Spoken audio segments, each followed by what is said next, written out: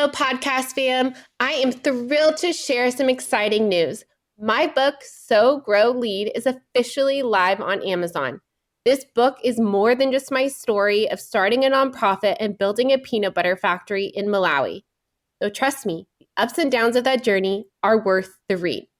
It's also packed with practical strategies to help nonprofit leaders like you tackle challenges with clarity, courage, and a whole lot of heart.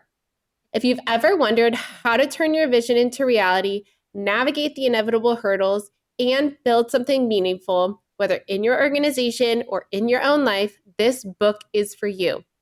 I'd be so grateful for your support in spreading the word.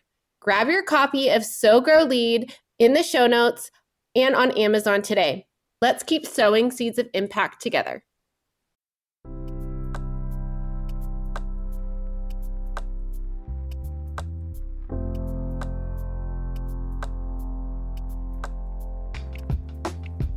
Are you a nonprofit professional who's feeling overwhelmed and burnt out? Well, welcome to the Lead with Heart podcast. I am your host, Haley Cooper. On this podcast, we will share stories of leadership, courage, and empathy that'll help you learn to take care of yourself, your staff, organization, and community. You will hear from nonprofit leaders who have been in your shoes and have learned best practices to raise more revenue and make a greater impact. Let's thrive together. Hello, everyone. This is Haley Cooper back with the Lead with Heart podcast. Today, I have Stephanie Courtillier. Is that how I say your last name? Did I say it right? We're going to do a French class. Are you ready for this? Okay, let's do it. Courtillier. Yeah. Beautiful. Courtillier. There we go. Thank you. I should have asked you that before. Thank you for that lesson. And anyone that sees her name in the show notes or comes up in multiple spaces, now you know how to pronounce your last name. We have known each other for a few years, but have really gotten connected over the last 6 months and just getting to connect. And so I'm so excited that she is here today to talk about her process to leadership and her beautiful process, I should say. Stephanie is the founder and CEO of Integrous Women. Stephanie is paving the way for the next generation of conscious leaders. She's on a mission to inspire, educate, and empower women to create their own purpose-driven futures through a supportive, forward-thinking, and compassionate community. She is a recipient of the 2020 World-Changing Women in Conscious Business Award by Conscious Company Media for her local and global sustainable impact work. By living through heart space versus head space, Stephanie continues to inspire and educate audiences wherever she goes on, creating and implementing social impact models and the power of overcoming limiting beliefs in order to turn our dreams into a reality. As a certified Appreciative Inquiry facilitator and a 4-time first place winner of Toastmasters speech competitions, Stephanie has mastered the art of engagement by creating experiential, authentic, and safe learning environments for all participants to thrive. And I can attest to that because every time I connect with her, I just feel so loved and connected. So I'm just so grateful that you're here. Thank you, Stephanie. And tell us a little bit more about, this is such important work. So how did you get into this? Like what helped you start Integrous Women and really diving deep into this process?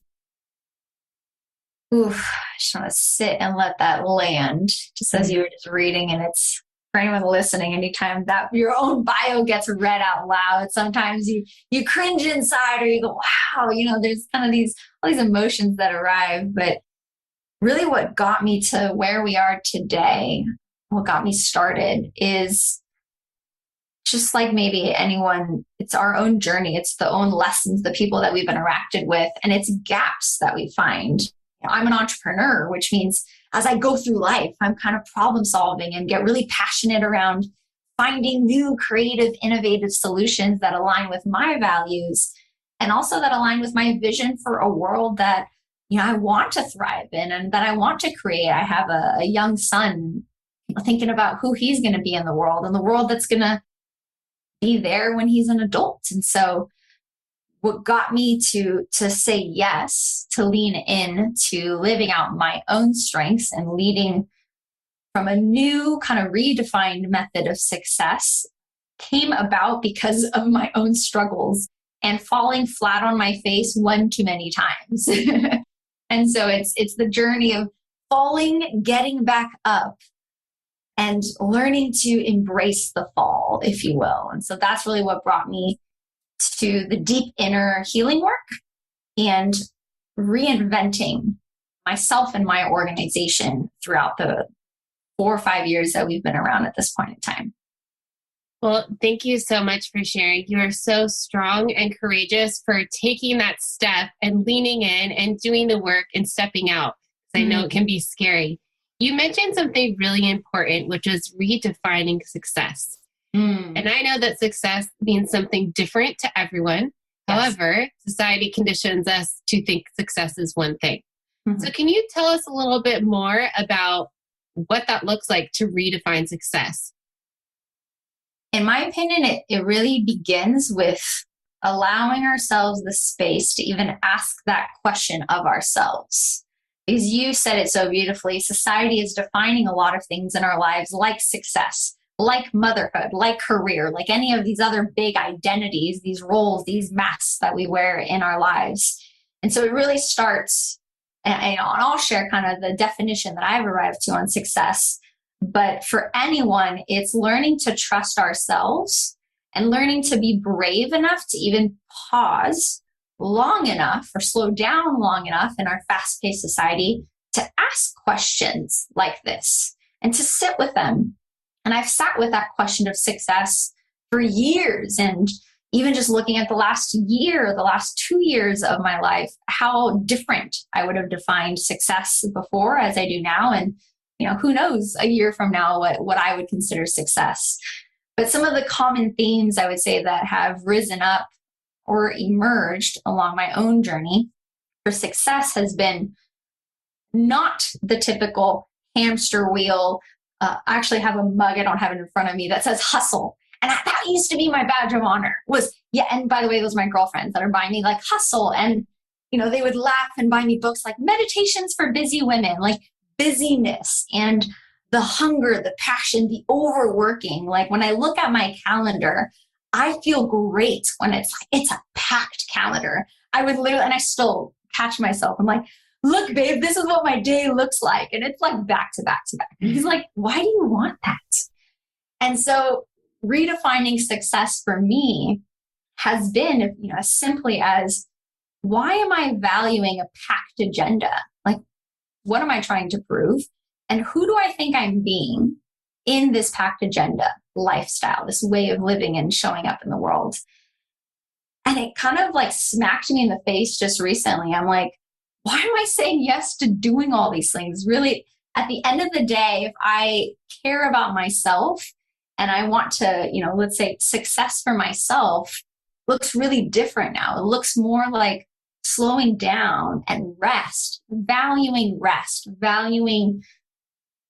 especially as women, we throw self-care, we throw self-love, we throw these terms out. And I think it hits us on a head level, meaning, yeah, I can, that's important. And yet it doesn't really hit us on a heart level. And that's a big journey from our heads to our hearts. And that's why it's a commitment of mine to slow down enough, to pause long enough, to ask the questions like, what does success mean to me? Another powerful one, what matters most to me? And when I'm doing that work, when I'm sitting down and I think through if my family matters most and I look at my calendar of events, do I have them anywhere in there? Am I scheduling time for what matters?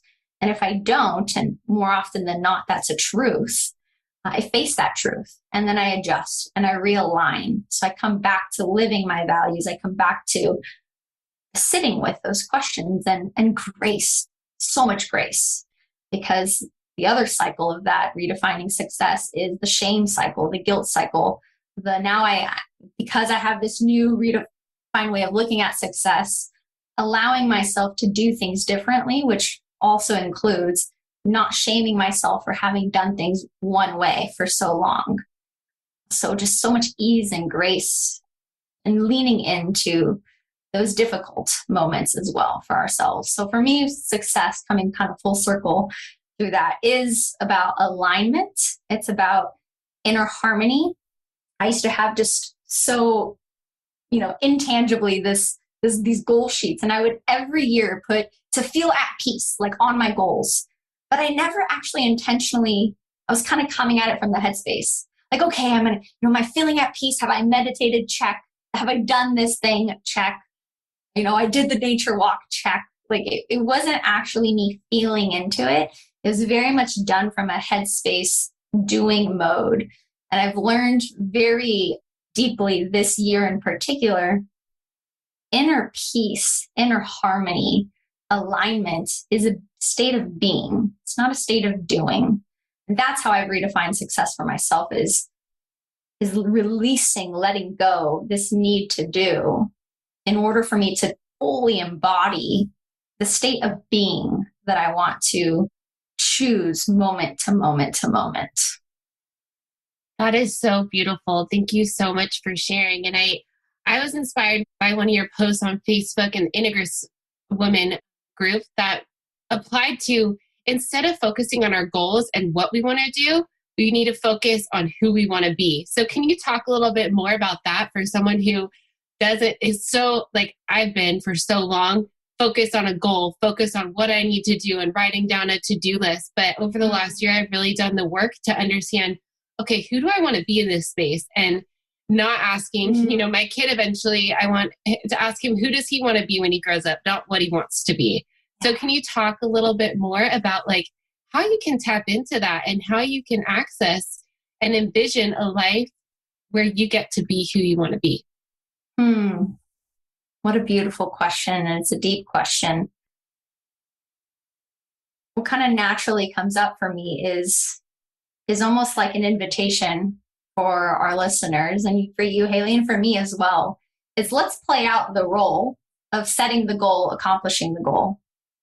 I'm going to make a brave assumption that our listeners right now have done some version of that in their life, right? We've set a goal, we've attained a goal, and then what? What happens next? What naturally happens next? I'll ask you, Haley. What's that journey look like? After the goal's been achieved, what happens? I love that you pause after every question because there's no pausing. It's just, okay, we gotta go. We need more. We need to achieve more. We need to move on to the next. There's no pausing. There's always something more to be done. Yes.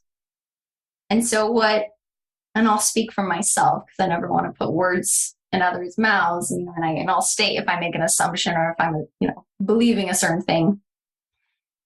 But that, and I'll use like the hamster wheel visual. That's what it is for me.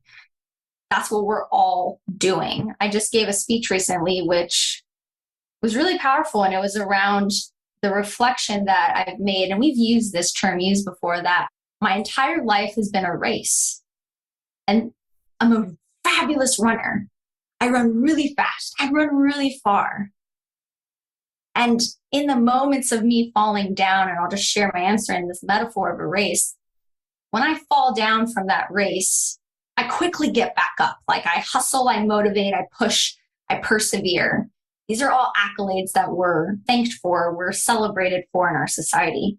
But every time I fall during that race, this race to do more, to have more, to accomplish more, to, you fill in the blank. During the fall, there's always a voice. And it's not the head voice that's keep going, push harder, the motivating, pushing, strong voice. It's the silent, it's this very quiet voice that for me here specifically when I've fallen, that asks me very quiet questions, that says things like, why are you running? Where are you going? And in those moments, I'm quick to go, I'm running because, and I answer it from that headspace, from that societal success. I'm running because that's what I have to do. That's what everyone around me is doing. Because the mountain must be conquered, right? When you fill in whatever, that's what I say to myself. Like, that's why I'm running. And the deepest lesson in this race, the rat race, right? We've heard that, but the race of life is I realized how tired I am. I've realized that I don't think I really like running. As good as I am at it, I don't think I've, I've defined myself as a runner my whole life. And I don't know that I actually like running. I kind of like walking. I kind of like pausing. And it's in those silent moments, the quiet moments, that I feel like I can exhale for the first time. My entire life of running has been inhale, inhale, inhale, inhale. And there's that pressure to just release. And that's why in my personal race, it's been only when I've fallen that that voice comes through. For others, that voice might always be and might get louder. For me, it's always been really, really quiet. And it's only when I've slowed down and I've stopped that I feel the moments of exhale. And it's free. It feels like freedom. It feels like peace. Not peace on my checklist to do, but it's an embodiment of that. And so my learnings through this, coming kind of full circle to your question, is I'm able to actually stop the doing when I physically stop, when I just stop, when I pause.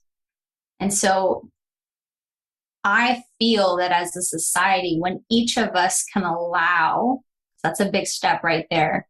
I use the term surrender. That's been my biggest transformation, is embracing surrender in every moment. So I don't have to keep doing, and we don't have to keep doing. When I embrace the idea that I am whole just as I am, I don't have to, that was something I loved. I don't have to do anything. Everything around me is a choice. When I end up doing things, it's a choice of, I want to express myself. I want to create. I want to build something. There's like a positive flow of energy that naturally comes. And when that energy turns into frustration or push, or things start becoming difficult, that's something I learned from my beautiful mother, which is, if it's hard, then you're not doing it right. If it's hard, it means that I'm no longer in flow and it's time to stop again. It's time to embrace, surrender, release until the natural flow comes back, and then I continue on.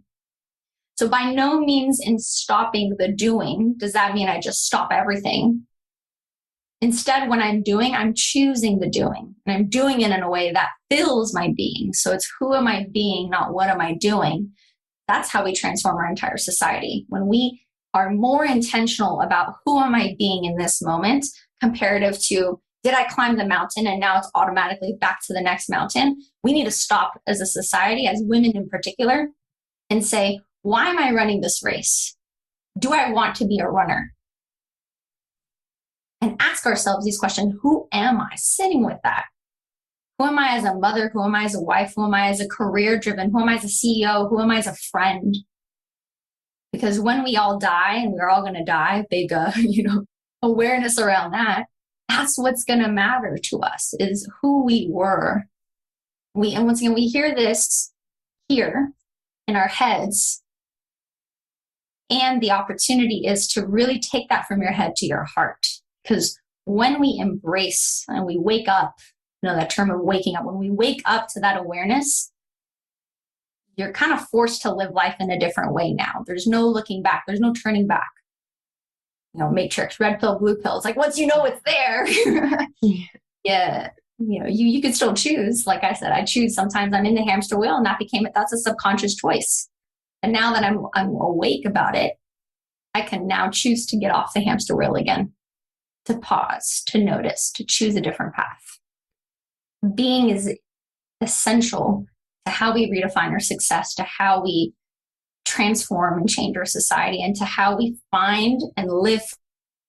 It's not on the other side of the mountain. That's what everyone wants you to think. Fulfillment and freedom, which was huge awareness for me. I've spent my life telling myself, I'm going to do all this to go be free and fulfilled, but I actually can choose that in this exact moment right now.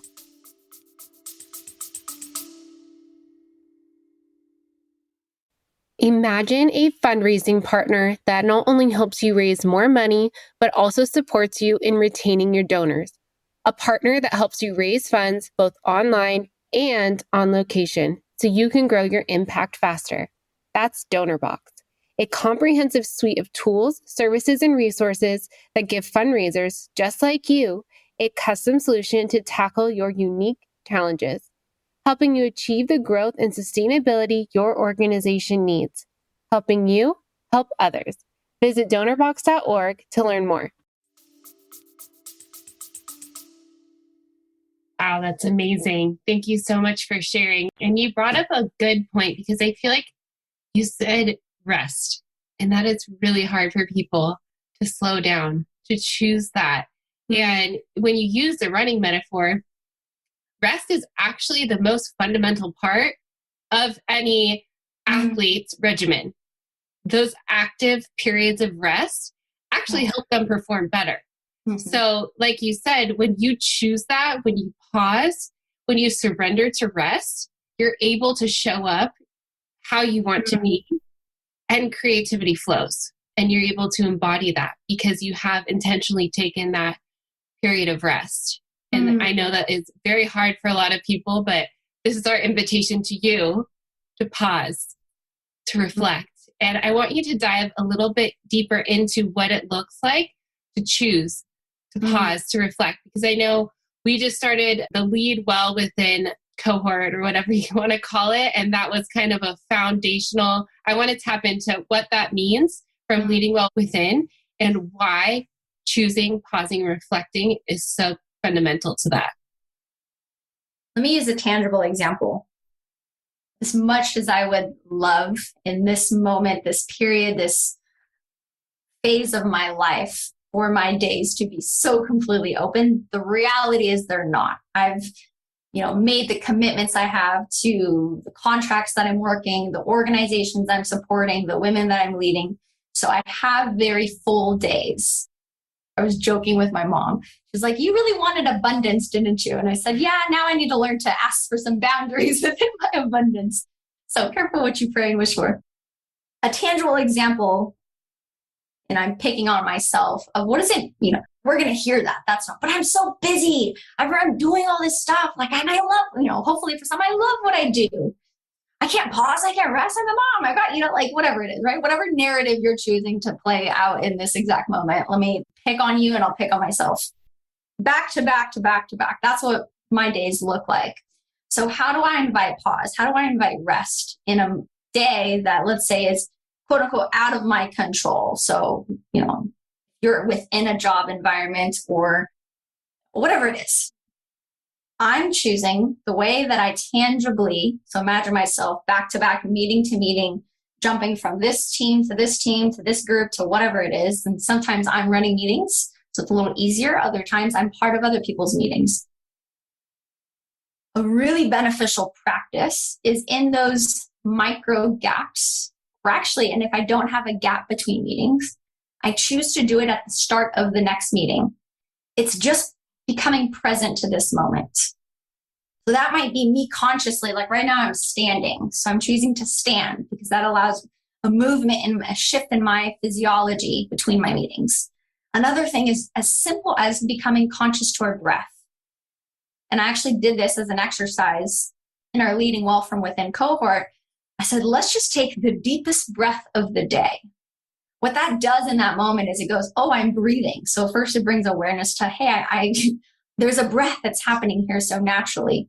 But if I ask you, let's just take the deepest breath that you're going to take all day. Now you've become super conscious to this breath.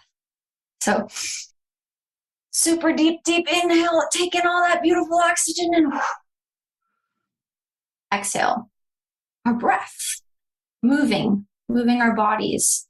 When I lead meetings, something that's been, and you mentioned this, the unlocking of creativity that happens when we pause and we notice, we become aware, we wake up to this exact moment, we become present. Something specifically for teams that unlocks creativity is opening a meeting with some form of mindfulness or gratitude. Super easy. Hey, before we dive into today's topic on whatever it is, can we just take a moment to just share something we're grateful for? And you'll see just the shift in, I might have come in really angry. I might have come in super stressed. I might be calling in from the car because I'm hyper distracted. But by inviting in a question that opens up a space of heart space versus the head space of diving right into an agenda. How many of us have been in meetings like that? You come right in, it's, all right, bam, bam, bam, this is what we're talking about today. It's like a working meeting and it's, it is what it is. Or, most meetings, unfortunately, are ran horribly and you're just passively in the meeting, which, unfortunately is our reality, which I'm actively working to transition, which is, where we'll chat about appreciative inquiry. But asking powerful, insightful questions that can be simple. They don't have to be so complex. What am I grateful for in this moment? Or as a team, hey, let's just take, and I've done this when I was back to back. Actually, I think this was just yesterday. I told the team, you know what? I know I've been back to back. Who else here has been back to back today? Most of everyone raises their hand. Who's had more than 2 meetings today? Most of everyone raises their hand. What might it look like right now if I just, we just took 3 minutes. You can turn off your cameras and I want you to just go do something for yourself. Whether that's being in nature, refilling your water, running to the bathroom, but just take 3 minutes right now to do something that's going to serve you. And that's what we did. I had a packed meeting I had to get through. And at the same time, I recognized my brain right now is completely distracted. I'm feeling, just not present. So let me, if I'm feeling like this as the facilitator and leader, I'm going to guess and assume others might also be feeling some way similar. So it doesn't have to be, all these are just tangible, practical things that I'm implementing. But the outcomes are transformative. Because when I take those micro breaks, and sometimes I have a 15-minute break or a 30-minute break, I used to be the one that's like chowing down in front of the screen and no breaks at all. I used to look down on people who were like, I was so bad. I'd be like, when I had the job, I would look outside my window, it's lunchtime and I'm cranking away. And I'm like, what? Lunch break? No, I've got too much stuff to get done. But I see now the deep benefit of stopping, of allowing myself to come present. The to-do list, that was another thing, an acceptance that the list of to-dos will always, always be there. But will I always be there? No, my life is short. Who am I being, not what am I doing? So the to-dos will get done, and they'll get done in playfulness, in fun, in flow, versus in stress, in overwhelm, in distraction. So my to-do list becomes a thriving list when I've set aside the time to be, to release, to relax, to slow down, to appreciate. That's the gratitude. Read any book. There's so much science behind why gratitude is so powerful in transforming who we are and our teams and our communities. Simple practices. So just breath, coming present, moving our bodies, and asking questions, especially for those listening that are leading teams. And this could be leading your family at dinner time. Hey, what is one thing that you loved from today? What is one moment? What is one thing you appreciate? Starting a meeting like that and closing a meeting like that. Powerful. Start with heart, close with heart. The head will always be there. We're always going to get into the to-do. We're always going to get into what has to get done. And what might it look like for your own self? Start your day with heart. Close your day with heart. And then in between, if you can throw a lot of heart in there, man, trust me, your days are going to look much different. You're going to look much different. And when we transform ourselves, it's natural, the ripple effect that happens because of that. I'm a better wife. I'm happier. I'm a way better mom. I'm more present. And I'm a way better leader in my community because I'm aware.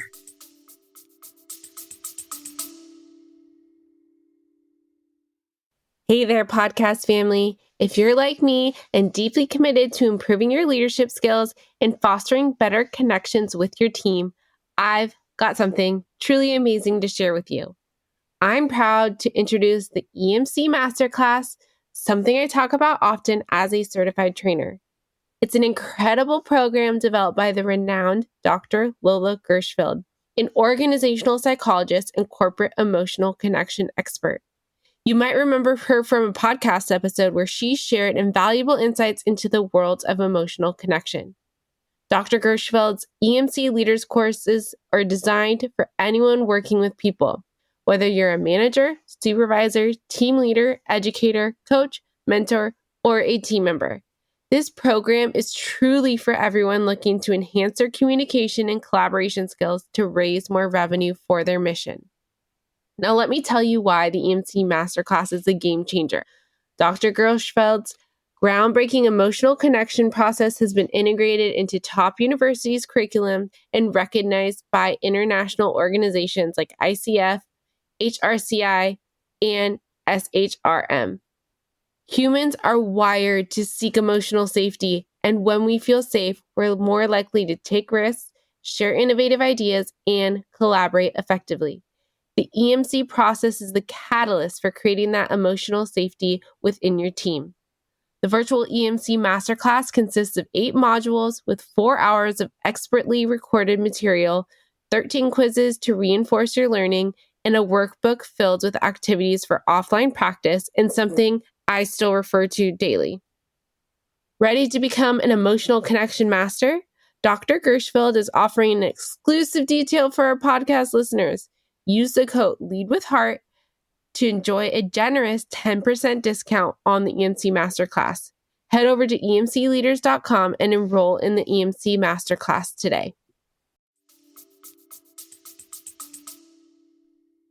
Yes, I'm like shaking my head because everything you're saying is so powerful. And I love that you give tangible examples of what people can implement. And you mentioned something really important of, opening and starting a meeting with heart. And it's really, I think, comes down to that relational level. Because like you said, we can go into a meeting and it can be transactional and we need to check off all the boxes on the agenda.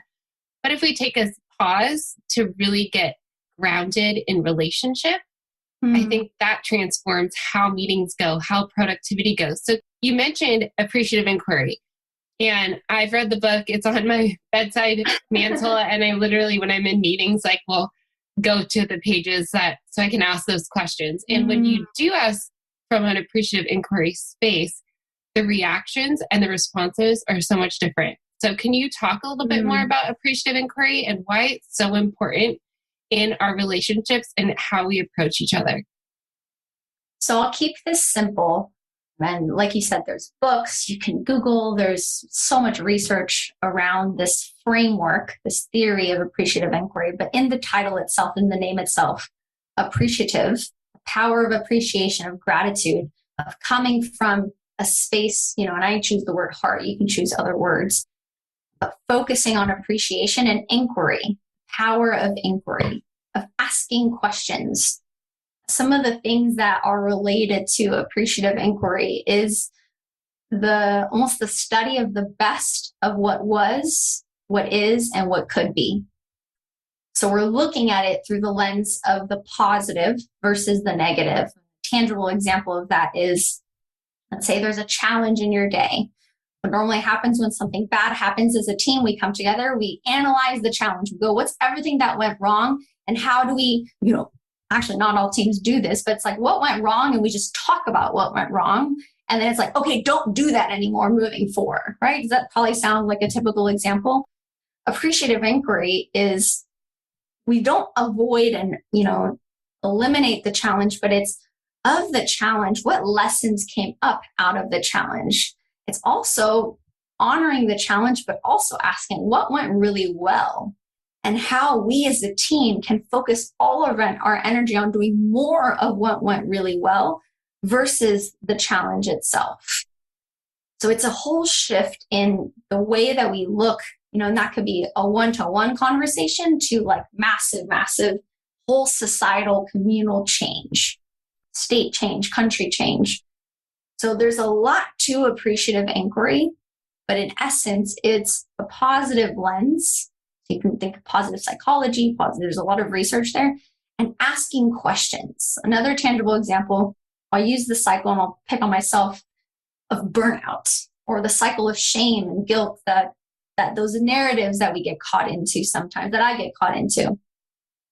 A tangible way that I've used appreciative inquiry for myself is when I'm in those states of spiraling down, let's say of reactivity. Oh, Stephanie, why did I do that? I'm so stupid. That was so ridiculous, so embarrassing, whatever that thing is. a lot of times it stems from a negative question. Why did I do that? Like, what was he thinking? Like, right? Like, these are questions that our mind just throws out at us. Those are negative questions, because when I ask that question, I'm automatically answering that question, right? Oh, because I didn't prepare, I didn't write. And now I'm shaming myself. I'm going down into that tunnel. Appreciative inquiry is, well, okay, what can I learn from this? What's possible? Or what might the lesson be in this moment right now? You can kind of answer, but it's creating positive questions. So amidst the challenge has stayed the same, nothing's changed. It's the narrative, it's the type of questioning and inquiry that I'm doing within that challenging state. Because when I start to kind of come back online consciously and go, okay, I just took myself down this cycle of burnout and, now overwhelming chaos. And now I'm in like full panic mode. And I become conscious again, which might be 2 days later, right? Which might be in reflection back. And it's the question. So what I'm getting just better at is being quicker about finding a positive question to attach to. So instead of the challenge, it's like, okay, I'm learning to step away, to maybe do a body physiological shift, to go cuddle my dog, to do whatever it is going to nurture me in the moment. And then I'm going to sit with, okay, that happened. What can I learn? What is something great about that moment for me? And now the brain will do what it does, which is it will answer the question that I've consciously placed in front of it. Doesn't mean I have to answer right in that moment, but it's a mindset shift. And it's a whole state shift, because I've applied, once again, the power of a positive question in midst of something that's negative, and my brain is just wired for survival. So it's going to tell me all the bad things that are happening, but I can cut that practice. It's a brand new habit to implement. So there's a lot in appreciative inquiry, but in essence, as the words themselves say, positive inquiring, positive questions. And there's so much in there. And I've, just in my own one-to-one relationships, huge transformations, but really going back to that leading well, being a leader in society, subscribing and believing in the future that's possible. The other thing with appreciative inquiry is it's when we're working groups, it's not believing that just one person has the answers, but instead I use the term co-creating a lot in everything we do with Integrous Women. It's believing that the wisdom is actually inside of the room. So that transforms the way that we meet. That transforms the way that we go to conferences, that we put on events, that we even are in relationship to others. It's if I come in as a facilitator practicing appreciative inquiry, you have the answers and I am your guide. There's a saying, don't be the sage on the stage, be the guide on the side. And how much more is possible when we empower a group by reminding them that they have the answers, and I'm just going to ask questions to pull those out. It's a whole new dynamic of how we interact. Yes, I think that's so important as leaders. And my podcast is called Lead with Heart, because I believe it's the heart too. And I think, sometimes we're so quick to give the answer and correct people and fix the issue, when really, like you said, the answer is within. We just have to ask some good questions. People have the answer. They have the potential within. Sometimes they just need a nudge or someone to ask the question that's never been asked of them. That gets the answer to come out.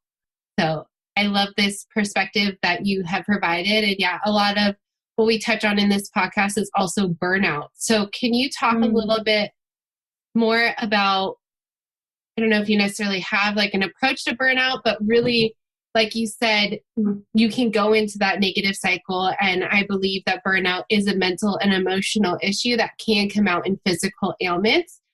But first, it's mental and emotional. So how can we kind of step back? And, I've had so many people reach out to me recently just saying they're burnt out, they're stressed out, and they don't know what to do next. So what's something that someone is feeling that way that they can do within the framework that you use? A couple things come to mind, and I'm definitely someone who, type A, overachieving. Burnout is kind of tied to that, right? And in the past, I've also seen how we there's almost like this weird pride in I've been burnt out too. So it's kind of coming mindful to the conversation we've been having, which is, who am I choosing to be? Because burnout will naturally be associated with that workaholism, strive. So it's, we might give tips that are short-term, get you out of this one. And unless you really sit with those questions, who am I choosing to be? What matters most to me in my life? What identity do I want to, who am I? Even just sitting with that. My fear is that burnout is, you might conquer it here. And even that, like, are you listening to this for tips on conquering your burnout? Because in that case, is this sustainable change? So I'm all for, short-term effective solutions. And at the same time, I very much am about sustainable change for ourselves. And that starts with really, going back, redefining how we view success and who we are. My hope is that burnout is a wake-up call, that it is, and for many it is. And like any wake-up call, there needs to be some significant changes that we make for ourselves. So the simplest for me, Dr. Danny Friedman is the gentleman. He actually wrote the book called Leading Well from Within. And a lot of the framework I use comes from him and his work in another community I'm a part called Exchange Approach, which is, they teach Appreciative Inquiry for facilitators. So I just giving credit where credit is due. But Dr. Danny Friedman shares pause, notice, and choose. You've already heard me say that. So that's a process. It's a tangible process we can practice. At the same time, the two other thoughts are, what has worked well for you in the past to get you out of a hard time? We've all had hard times, whether they're small or big.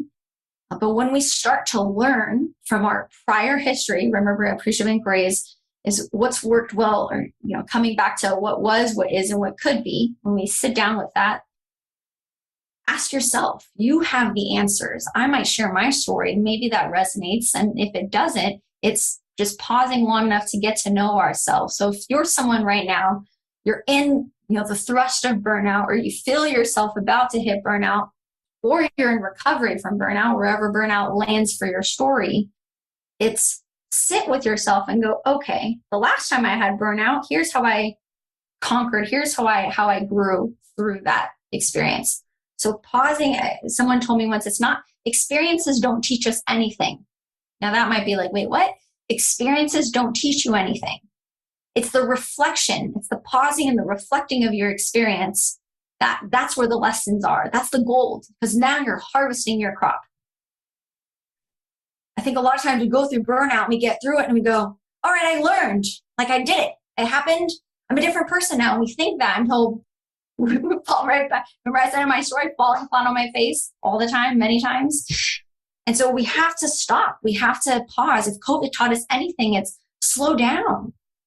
I was just in a conversation this morning with someone. It's like, we're back in this overdoing. Did we not learn from 2020? Why are we not implementing the slowing down, the recognizing, wow, like my family matters, my friends matter, the relationships matter. So seeing from our history, learning from our history, from your personal history, when is a time in your life you've hit hardship? Doesn't have to be burnout in particular, but when is a time that's been really hard? What can you cultivate from that learning of how you conquered, how you persevered, how you showed up resilient?